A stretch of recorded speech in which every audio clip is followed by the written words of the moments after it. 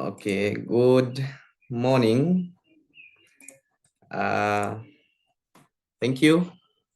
This is Joseph Kamodo from Planning Department. I wish to do a briefing on the preparation of quarterly progress reports for cascaded performance contracts. And since we had limited time for organizing a workshop, I just thought it necessary for us to provide maybe assistance to those people who may be having challenges developing their performance contract progress reports. And as we are aware, recently we were able to cascade performance contracts to all the head of departments from the division that is AP&F to ARSA division. And now it has come to a time when we are supposed to be preparing progress reports. We have, of course, communicated over the same, but we realize that there are some people who are having some challenges here and there, and therefore it's important to do a pre-briefing as you are preparing the report so that you may not have challenges moving forward. That is from the first quarter to the fourth quarter. And therefore, allow me to do a brief sensitization. I hope you are all getting me. And by the end of this session, which is about to take around 15 minutes, we should be able to prepare progress reports in a better way. Just an introduction of what performance is. And as we are aware, this is when a person or entity partly accomplishes or fully accomplishes and produces an outcome from a specified job, activity, or task during a specific time period. And of course, for this performance contract period, we are talking about 1st July to 30th June 2024. And of course, we are aware that performance is not just about systems, but us as persons account or contribute directly towards our performance at the departmental level, at the office level, at the divisional level, at the school level, and at whichever level we had agreed or committed to achieve performance targets. So what's a performance contract? And of course, we're also talking about performance appraisals. And the performance contract that we all signed are freely negotiated performance agreements between the two parties. The VC signed with the council, and the VC then again signed with the DVCs. The DVC signed with the deans and HODs, and the deans also signed performance contracts with the CODs. And therefore, we freely commit to and agree to implement a particular set of performance objectives, which we call performance indicators or performance targets, to help us be able to track or monitor and again achieve activities that are aligned to our university mandate. So it makes it possible to measure performance because what gets measured gets done. And of course, helps us to be able to improve in our service delivery, to improve in our productivity, to improve in our outputs. And performance contracts and appraisals as well, because there are some people who sign appraisals, that is the ordinary, the other staff who are not captured within the performance contracts, they sign appraisals. But again, all the appraisals and the performance contracts work to ensure that what needs to be achieved or the targets are implemented within the year, and the expected levels of achievement, and the timelines for achieving the agreed targets, and of course, for evaluation and reporting purposes, because at the end of the day, at the end of the year, the university, all the way to all the implementers will be evaluated, and that contributes to their annual performance. The key questions for us to ask ourselves about performance monitoring, or when it comes to preparing the progress reports and when it comes to implementing the performance contracts and the targets that we achieved, is number one, what did I commit to achieve in my cascaded PC? We are aware that for all our performance contracts that we signed, there were some indicators, either categorized as core mandate indicators or cross-cutting indicators that were cutting across all departments and offices. So what did I achieve to commit? After you are aware of what you achieved to commit because it is contained in your performance contract, you now ask yourself, has it been started or was it initiated during the quarter? And here we are talking about the first quarter progress report, which the first quarter started in 1st July 2023 and will be ended on 30th September 2023. The next question to ask yourself is, were there any variations or underachievement, that is, or overachievement towards what you planned to achieve? Maybe we say that we are going to do 5 publications. How many were achieved? 4, 5, 7, 10? The next question that you can ask yourself is, if not achieved, what actions have I put in place to ensure that the commitments are achieved before the end of the year? Because at the end of the day, your performance contract will be evaluated and will be evaluated based on what you achieved against what you committed to achieve. And therefore, it is important for us to be tracking achievement and maintaining the right documentation or the supporting evidences as proof of what was done. If it is a conference that was undertaken, do we have the book of abstracts? Do we have the program? Can we be able to document and account for the activity in a very clear way so that we are able to account for that performance? Those are quite important issues, and that's why we are required to prepare performance reports on quarterly basis, so that at the end of the year does not come to an end before we have achieved some activities. That's why it's important to track early enough so that we're able to put measures in place to control any unwanted variations. Now, many people have been asking, how many quarters are there in a financial year? Because we just see first quarter, second quarter, third quarter, especially for maybe CODs, whose most of them is the first time to be preparing quarterly progress reports, and it's the first time they got cascaded performance contracts at this level.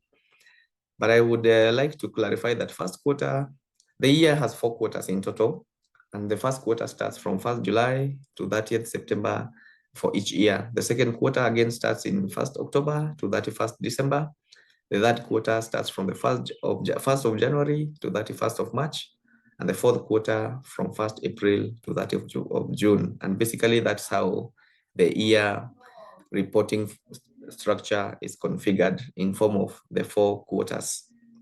And so we are all expected to submit performance progress reports for each of the quarters for evaluation purposes to ensure that the planned activities are carried out.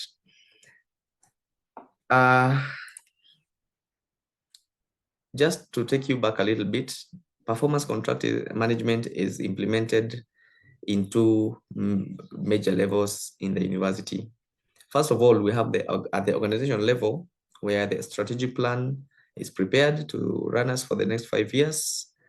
The strategic plan that we have right now will be elapsing in 2024, but has been there for the last 5 years. Then every year, we extract from the strategic plan and other activities, and we prepare a university annual work plan, after which the government mandates us to prepare a council performance contract that is signed with the Ministry of Education. At the institutional level now, on employee performance, every department or every administrative unit is required to prepare departmental annual work plans and also prepare cascaded performance contracts, the ones that we just cascaded with all implementers. And again, for other staff, we are expected to appraise them using the performance appraisal forms. Those ones are controlled at the HR office. Basically, that is how performance is implemented, and the reporting structure or the monitoring structure starts from the appraisals to the contracts up to the council level, where we also submit progress reports to the government. Now, why are we required to prepare performance contracts and also appraisal forms? Needless to say is that it increases efficiency and productivity in service delivery. It ensures customer satisfaction because we have customers to meet their needs, and most of the larger portion of our customers are our students. And if we satisfy them, then we'll keep growing, and the vice is also true. Performance contracts also ensure that performance and results link with expectations. For example, it's an expectation that lecturers will do academic publishing. And that means if we put it in our performance contracts and cascade them in our appraisals, that every lecturer publishes, maybe with a reputable journal, At the end of the year, we will have increased our productivity as a university in terms of dissemination of research findings. Performance contracts and appraisals also link rewards to measurable performance. They also cascade national policy priorities to public agencies for implementation. For example, in our university performance contract, we were mandated to include activities that align with the bottom-up economic model. In the past, we have been implementing the Big Four. And of course, since the time of Kibaki, we have been implementing Vision 2030 flagship projects, all which align with the government national priorities as enshrined in various documents of government. Performance contracts also ensure linkage between planning, budgeting, and results. They also enable monitoring and measurement of performance. And of course, as I had said earlier, they enhance service delivery. For example, recently we were able to admit close to 8,000 students on an online platform. Maybe most of you may not know, but the development of that system was put in the last year's financial, the performance contract for the university, and we were able to develop it through ICT and other implementers. And you can see how it successfully helped us to improve on our service delivery to a point that we were able to register quite the huge number, the biggest number of first-year students in an year ever in the history of KISS University. This was the biggest intake, and we were able to do it in a day, which was quite commendable and admired by most other universities. Now, getting to where we want to focus on today is on the aspect of performance measurement and evaluation. And this is the measurement of the extent to which we have achieved our negotiated performance targets. And usually achievement is a subset of what we committed to achieve. That is the target multiplied by 100. That accounts for your percent performance, or what you have achieved against what you said you will do, multiplied by 100 is your performance. And well, there are some frequently asked questions, or FQAs, on preparation of progress reports as we are now heading to the template. And one of the key questions is, after cascading the performance contracts and signing them, what else? We had a ceremony on 12th September where the VC flagged off cascading of the performance contracts and also cascaded to the DVCs, and the DVCs cascaded to the deans, and the deans cascaded to the CODs and the other HODs in all the divisions. Now, what else? The answer to that is, after signing, the biggest part is now implementation of the agreed targets at our office levels. Then, what shows that we are implementing what we agreed to do? It is through the progress reports. Number second is, why is it important to prepare quarterly progress reports? Definitely, it's important because, as I had said earlier, they help us track and be able to know what has been achieved against what had been agreed, so that at the end of the year does not come to an end and we realize that there are some targets that we had not implemented. And of course, as an institution, we are also supposed to be submitting progress reports to the government, and therefore all those reports come from our respective offices that we compile and submit to government. How are the quarterly reports prepared? We will be able to demonstrate that shortly and give you the right template. Of course, we have communicated. And the other issue is, what evidence is required to be attached? Well, for that one, there is no specific evidence that is required because different targets have different evidential requirements. If it was a meeting, what document shows that that meeting took place? The minutes, the list of attendance. If it's a conference, did you have a book of abstract? Can it be attached in soft copy or hard copy? If you had a publication or a publication output within the school, can you attach the front page? Can you attach links? Different evidences can be provided as long as they are adequate to prove that a performance took place or an activity was implemented. If it was a workshop that was undertaken, the best evidence is a report and lists of attendance. What about targets that were not implemented? This is a question that has been asked by quite a number, or they were not scheduled for the current quarter. Of course, there are some activities that are not implemented across the year, but set for a particular quarter. For example, cultural week only happens within a week within the year. It could be in the first quarter, second quarter, third quarter, or fourth quarter. How do we report about that? Again, we'll be able to demonstrate that. And finally, how and where do we send progress reports? Well, that one is quite direct, because in our progress reports, in our performance contract, one of the sections was reporting requirements under the preliminary documentation before the matrix. In every of your cascaded performance contracts, it was indicated where you will be submitting progress reports. As to the how, we will be able to demonstrate the prescribed template for reporting, and maybe give a brief preview on how it is implemented. Now, allow me to take you to the one sample performance contract, for example, of one of the persons that I would wish to demonstrate by sharing on the screen a performance contract for, yes, there it is, a performance contract for one of the implementers. Maybe this one is for COD, Department of Accounting and Finance. This is the performance contract. If you look at the section 4, you will be able to see the reporting requirement, and you can see it is written that the COD will submit quarterly and annual performance reports to the dean. And for each and every person, this section has indicated where you report to. And if you go to this column, the core mandate, every performance contract has two sections: core mandate section and the cross-cutting section. The core mandate section had all the targets that you are to implement within the year, and the first column is on the performance target. So this is the area that we are supposed to pick our targets from and report on. So if you had 15 targets in your core mandate section of the PC, we will expect you to have 15 activities being reported in the quarterly progress report.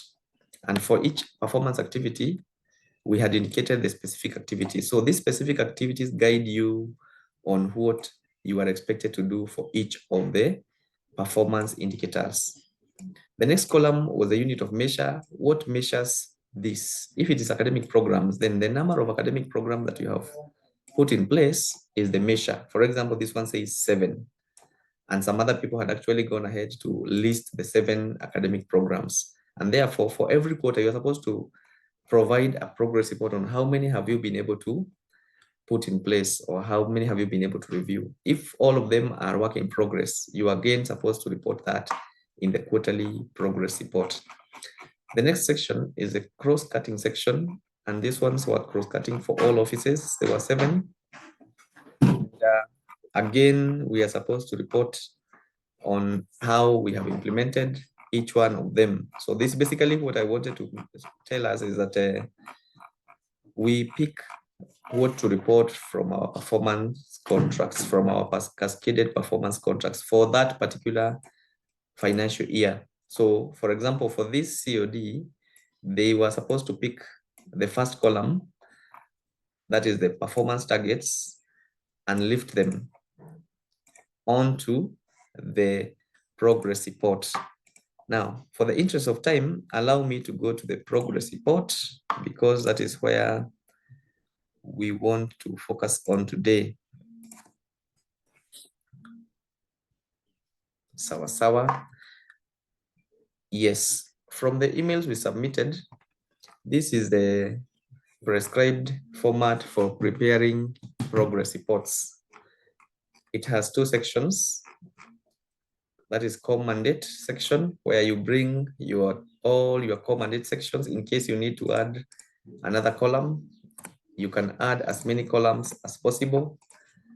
You can see I have added more columns. And In case you wish to delete where you have few columns, you also are able to delete any unnecessary columns as you do the reporting. For every of the performance indicators, we also have a section where you indicate the explanatory comments on each of the targets. Why do we do that? Because the performance contract is usually indicated in number form, and therefore there may be need for us, or there is need for us to provide qualitative comments to help us understand the comments, or to help us appreciate the progress that you have attained. Now, for example, after the comment date, you now again report on the preset cross-cutting target. This one in the template, we have already put them because there are 7 for this year. We have also indicated the unit of measure and the contract. So what you do is to report on the achievement and provide the comments. And once you are done doing that, you have basically prepared your quarter progress report. And as I had indicated, the quarter progress report has notes that will be able to guide you on how to do it. So you can also focus on these notes that we have put on the first page, but maybe just read 2 of them. When it comes to quarterly achievement, this section here, what do we put there? This section focuses on the particular quarter you are reporting. For example, this time we are reporting about the first quarter. For every quarter, you are expected to have a target. What was the target for that quarter? For example, if the target was to review 4 academic programs, you can see the target here is indicated as 1. That means the person had intention of reviewing 1 program per quarter. And so for quarter 1, they had indicated 1.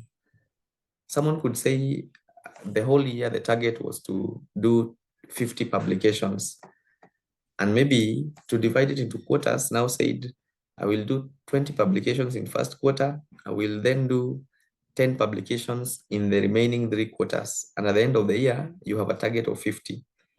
Now, after you have set the target, you now compare the target with the actual. So this column for actual is actual achievement for that particular quarter compared with the target. And as you can see, we have put some letters to guide you in doing that.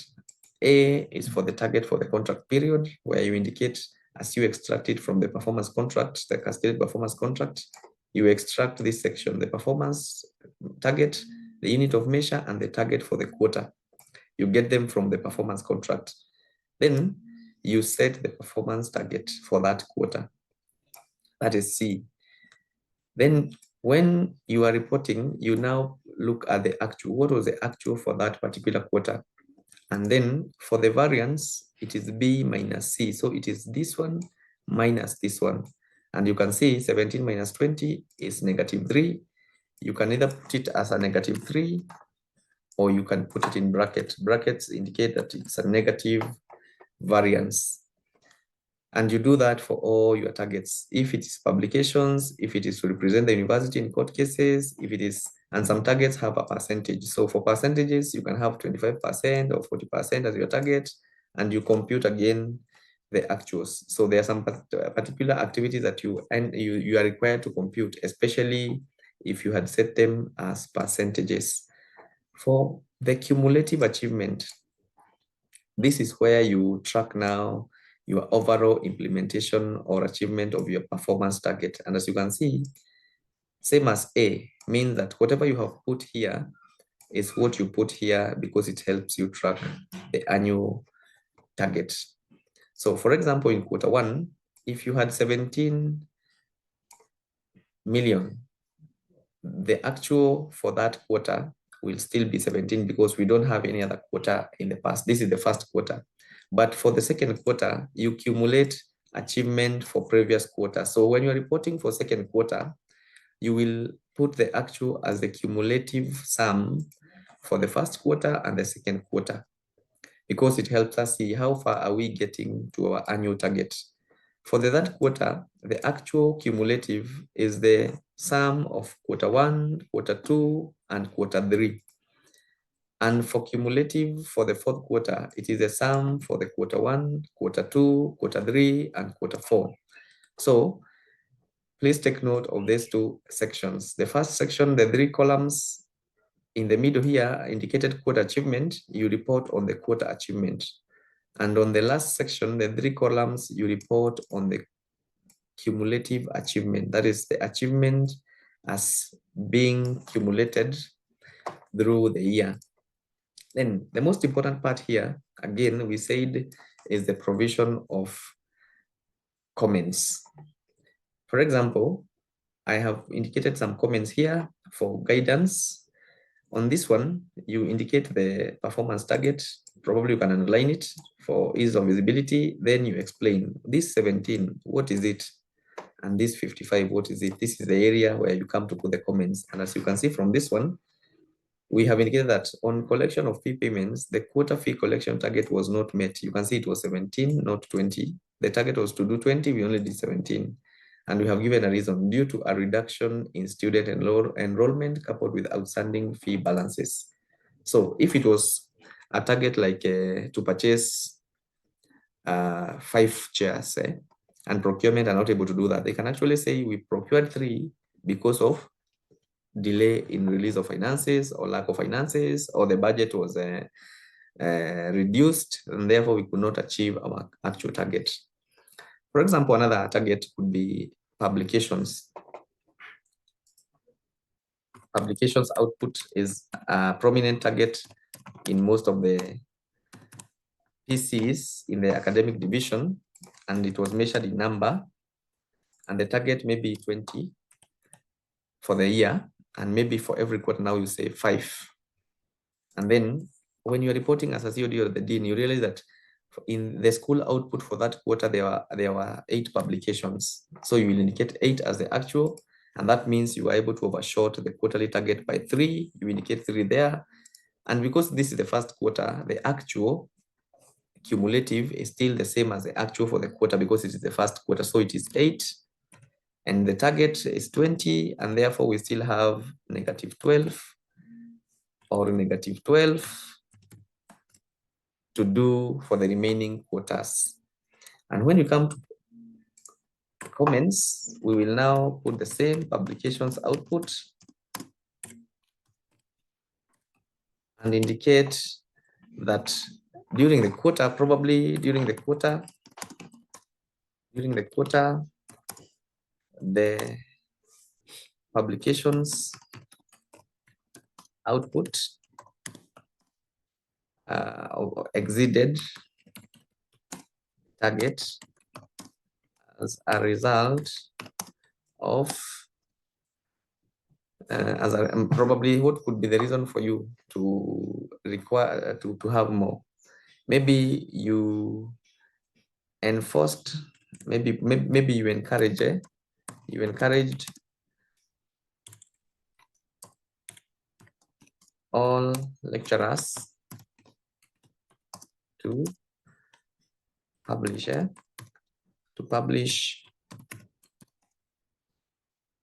as maybe to publish, or probably you cascaded in the appraisals, or you committed them. You may not have time to configure, but you configure the statement in such a way that we'll be able to understand what was done on the target. Once you are done preparing the progress report, you do that for all the targets. If you had 15 targets, you do the 15. If you had 5 targets or 10 targets, you do and provide comments for all of them. You again come to the cross-cutting, where you look at each of the targets, look at the activities and expectations, fill them just like we have tried to fill these others. For this one, you get the vote allocation from finance. They'll be able to give you how much was spent, and you can be able to compute that as a percentage. For the quarters there, you can put 25% for each quarter, because at the end of the day, you have been allocated 100% of the funds. So you're supposed to use 100% of your funds. If it's $1 million, it's 100% of the $1 million. That means 25% is 250,000. So if you get 230 or 200,000, you're able to know it is 200,000 over 250,000 times 100, and you're able to get the percentage to put here and to put on the cumulative. The same case, you look at the specific activities for each of the performance contracts for you to be able to report objectively and provide comments. I hope this preview on that has been able to assist. Now, we go to the next question of where do we submit the progress reports after this? The expectation is that we provide or we submit progress reports to the person that we signed the performance contract with. So if it is a VC, the VC submits the performance contract to the council for approval. The DVCs submit the progress reports to the VC. The HODs and deans provide the performance contract, and the directors submit their performance contracts progress reports to the DVC, and the CODs submit their performance contracts progress reports to the deans. But for the sake of follow-up and compilation of the council performance contract, we also require all performance contract progress reports to be submitted to the planning department, because we do the overall coordination of performance contracting in the university, and therefore we expect you to also submit the reports to us in both hard copy and soft copy. For the hard copy, you attach the key evidences, not everything, the key evidences that show performance or achievement of performance for that particular quarter for your activities. I hope this session has been helpful to you. And in case of any questions, feel free to contact planning department. As usual, we are always available to provide you with the right or required support for you to implement your performance contracts and to be able to prepare your performance contracts. Thank you for this, for your time, and we look forward to you achieving all your commitments and as you prepare your quarterly progress reports. Thank you. Let me end this session now, and I will be able to forward to you.